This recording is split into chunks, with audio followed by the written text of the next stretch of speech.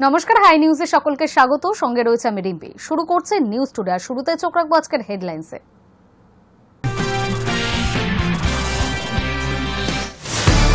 লোকসভায় তৃণমূলের নতুন দলনেতা অভিষেক বন্দ্যোপাধ্যায়, সাংসদদের সঙ্গে ভার্চুয়াল বৈঠকে ঘোষণা মমতা বন্দ্যোপাধ্যায়ের। বিহারের পর বাংলার ভোটার তালিকা সংশোধন নিয়ে জল্পনা। 2002 সালের ভোটার তালিকায় রাজ্যের 4টি বিধানসভা কেন্দ্রের ভোটার তালিকায় উধাও। জোর করে লালকেল্লায় ঢোকার চেষ্টা, দিল্লিতে গ্রেফতার 5 বাংলাদেশি। আসন্ন স্বাধীনতা দিবসের অনুষ্ঠানের আগে এমন ঘটনায় চাঞ্চল্য। দীর্ঘ টালবাহানার পরে বৈঠকে বসলেন কেন্দ্রীয় স্বরাষ্ট্রমন্ত্রী অমিত শাহ। দিল্লিতে সংসদ ভবনে বঙ্গ বিজেপির শীর্ষ নেতৃত্ব ও বাংলার কেন্দ্রীয় পর্যবেক্ষকদের নিয়ে বৈঠক শাহের। লোকসভায় তৃণমূলের নতুন দলনেতা হলেন অভিষেক বন্দ্যোপাধ্যায়। সাংসদদের সঙ্গে একটি ভার্চুয়াল বৈঠকে এই ঘোষণা করেছেন মমতা বন্দ্যোপাধ্যায়।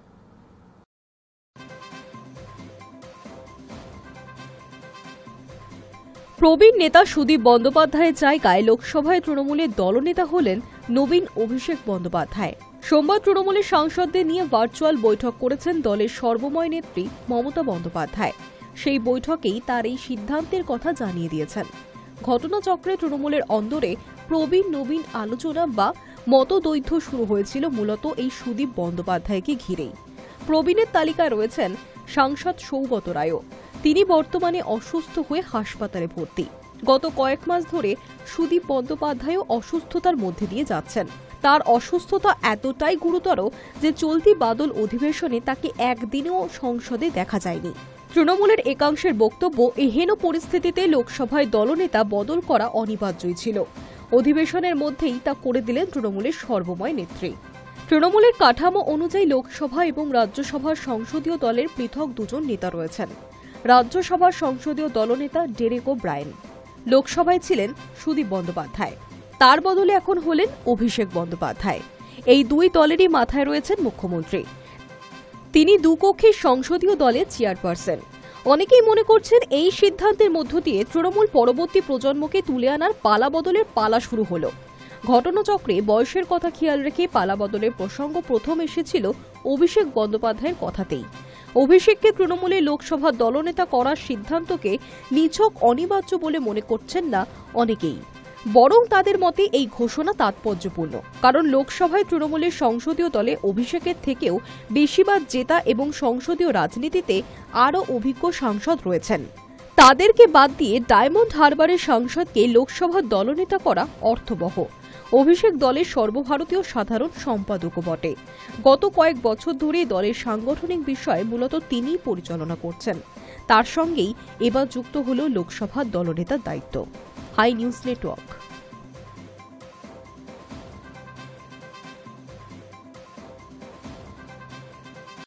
ভোটার তালিকা প্রকাশ করতে গিয়ে বিপাকে নির্বাচন কমিশন। বিহারের পর বাংলায় হবে ভোটার তালিকা সংশোধন।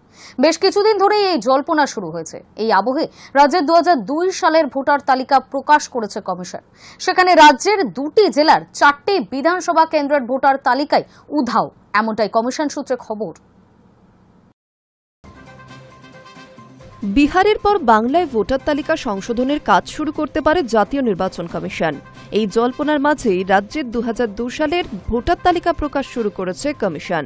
আর সেই তালিকা প্রকাশ করতে গিয়েই এবার কমিশন হোঁচট খেল। রাজ্যের 2টি জেলার 4টি বিধানসভা কেন্দ্রে 2002 সালের ভোটার তালিকায় খুঁজে পাওয়া যাচ্ছে না, এমনটাই কমিশন সূত্রে জানা যাচ্ছে। কমিশন সূত্রে আরও জানা গিয়েছে, ভোটার তালিকা প্রকাশ করতে গিয়ে দেখা যাচ্ছে দক্ষিণ 24 পরগনার 1টি এবং বীরভূমের 3টি বিধানসভা আসনের ভোটার তালিকা পাওয়া যাচ্ছে না। আসনগুলি হল দক্ষিণ 24 পরগনার কুলপি ও বীরভূমের মুরারই, রামপুরহাট এবং রাজনগর। ভোটার তালিকাগুলি খুঁজে বার করতে জেলা শাসকদের নির্দেশ দিয়েছে কমিশন। উল্লেখ্য, বিহারে ভোটার তালিকা সংশোধনের স্পেশাল ইন্টেনসিভ রিভিশন বা SIR নিয়ে শুরু হয়েছে রাজনৈতিক চর্চা। বাংলাতে SIR হতে চলেছে বলে জল্পনা এখন তুঙ্গে। বাংলায় শেষবার 2002 সালে হয়েছে SIR। ভোটার তালিকা সংশোধন ঘোষণার আগেই প্রায় 2 যুগ আগের 2002 সালের ওই ভোটার তালিকা প্রকাশ শুরু করেছে কমিশন।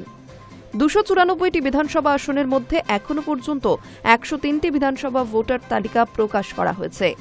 বাকি বিধানসভা আসনগুলির ভোটার তালিকাও প্রকাশ করা হবে পর্যায়ক্রমে।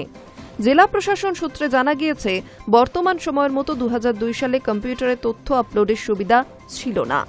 ফলে ভোটার তালিকা এখন কোথায় রয়েছে তা পাওয়াও যাচ্ছে না। সেগুলি খুঁজে বার করার চেষ্টা হচ্ছে। কমিশন সূত্রে খবর, ওই ভোটার তালিকা না পেলে 2003 সালের খসড়া ভোটার তালিকার উপর নির্ভর করতে হবে কমিশনকে। Hi News Network. বুধবার পর্যন্ত বন্ধ বিধ্বস্ত 10 নম্বর জাতীয় সড়ক। মেরামতির কাজ শুরু হলেও পাহাড় সমতলে ভারী বর্ষণের সতর্কতা মিলতেই ফের বিপর্যয়ের সংখ্যা বেড়েছে। তিস্তা ক্রমশ এগিয়ে আসছে, রাস্তায় ধরছে ফাটল, তাই রাস্তা বন্ধ রাখারই সিদ্ধান্ত নেওয়া হয়েছে। করোনেশন সেতু থেকে চিত্রে পর্যন্ত 10 নম্বর জাতীয় সড়কে বুধবার পর্যন্ত যান চলাচল বন্ধ রাখা হচ্ছে। বিজ্ঞপ্তি জারি করে জানিয়েছে জাতীয় সড়ক ও পরিকাঠামো উন্নয়ন কর্পোরেশন লিমিটেড। বিজ্ঞপ্তিতে বলা হয়েছে, সিকিমের রংপো থেকে শিলিগুড়ি পর্যন্ত জাতীয় সড়ক সেতি ঝোড়ার ভূমিধসে অবরুদ্ধ হয়েছে। রংপো থেকে মুনসং লাভা গরুবাথান হয়ে শিলিগুড়ি যাওয়ার রাস্তা কাটারার কাছে ভূমিধসে অবরুদ্ধ হয়েছে। সেই ধস সরানো এবং সড়ক মেরামতির কাজ চলছে। নিরাপত্তার জন্য ওই সড়কের 30 কিলোমিটার দীর্ঘ এলাকায় যানবাহন চলাচল বন্ধ রাখা হয়েছে।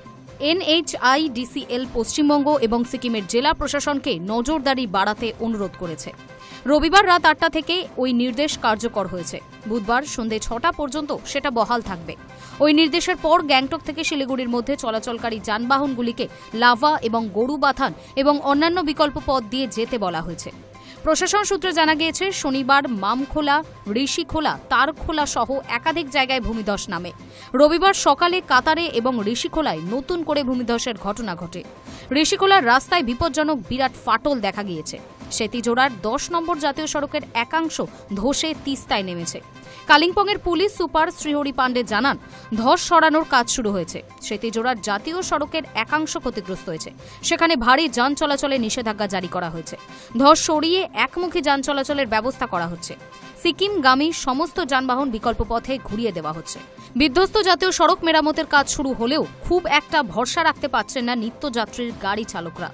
সিকিমের লোকসভার সাংসদ ইতিমধ্যেই কেন্দ্রীয় সড়ক পরিবহন এবং মহাসড়ক মন্ত্রীর সঙ্গে দেখা করে জাতীয় সড়ক এলাকার বন্যা পরিস্থিতি এবং সড়ক পুনরুদ্ধারে দ্রুত ব্যবস্থা গ্রহণের জন্য স্মারকলিপি দেন। তিনি তিস্তার বিপরীত তীরে একটি বিকল্প গ্রিনফিল্ড হাইওয়ে নির্মাণের আবেদন রেখেছেন। গ্রিনফিল্ড প্রকল্পটি কার্যকর না হওয়া পর্যন্ত যোগাযোগ ব্যবস্থা সুনিশ্চিত করতে অস্থায়ী উঁচু করিডোরের পরামর্শ দিয়েছেন।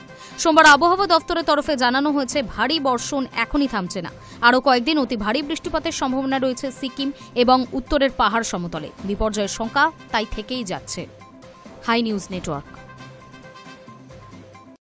স্বাধীনতা দিবসের আগে লালকেল্লায় শোরগোল। সন্দেহজনক বোমা পড়ে থাকলেও গা করল না দিল্লি পুলিশ। চাঞ্চল্যকর ঘটনায় নিরাপত্তায় গাফিলতির অভিযোগে সাসপেন্ড করা হয়েছে 7 পুলিশ কর্মীকে।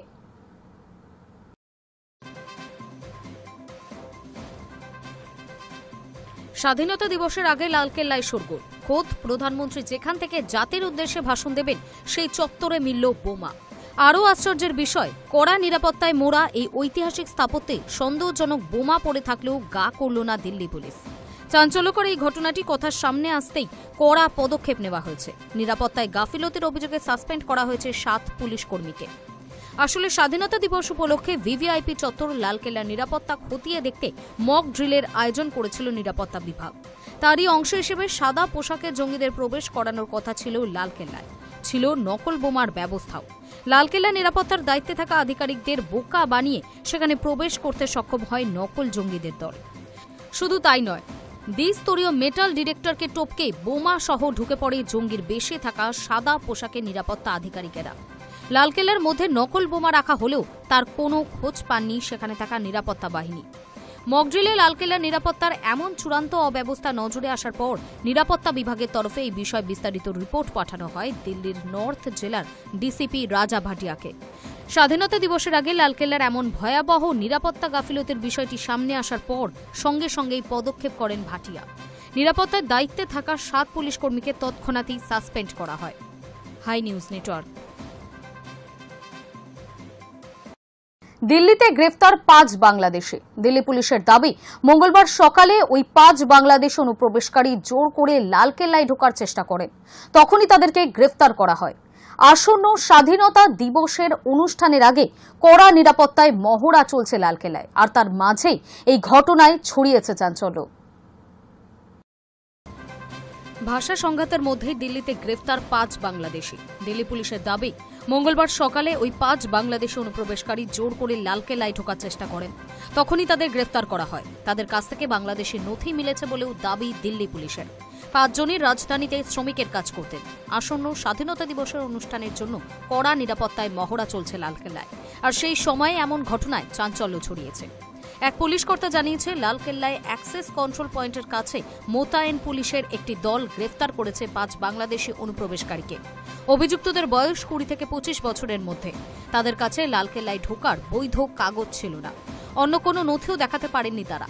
ভারতে অবৈধভাবে থাকছিলেন 5 ব্যক্তি। পুলিশ কর্তার দাবি, তারা সকলেই অনুপ্রবেশকারী, জোর করে লালকেল্লা প্রাঙ্গণে প্রবেশের চেষ্টা করছিলেন। ডিসিপি রাজা ভাটিয়া জানান, 4 আগস্ট সকালে লালকেল্লার কাছ থেকে সন্দেহজনক 5 ব্যক্তিকে আটক করা হয়েছে। তাদের জিজ্ঞাসাবাদ করা হচ্ছে। জানা গিয়েছে 4-5 মাস আগে তারা অবৈধ উপায়ে ভারতে প্রবেশ করেন। ভাটিয়া বলেন, তারা দাবি করছে জানতো না যে 15 জুলাই থেকে লালকেল্লা জনসাধারণের জন্য বন্ধ রয়েছে। তাদের কাছ থেকে বাংলাদেশের নথি উদ্ধার হয়েছে। তবে জিজ্ঞাসাবাদের সময় কোনো সন্দেহজনক জিনিস উদ্ধার হয়নি, তেমন কার্যকলাপ প্রকাশ পায়নি। পুলিশ সূত্রে জানা গিয়েছে, কেন্দ্রীয় তদন্তকারী এজেন্সি 5 বাংলাদেশি অনুপ্রবেশকারীকে জিজ্ঞাসাবাদ করেছে। তাদের বাংলাদেশে ফেরত পাঠানোর প্রক্রিয়া শুরু হয়েছে।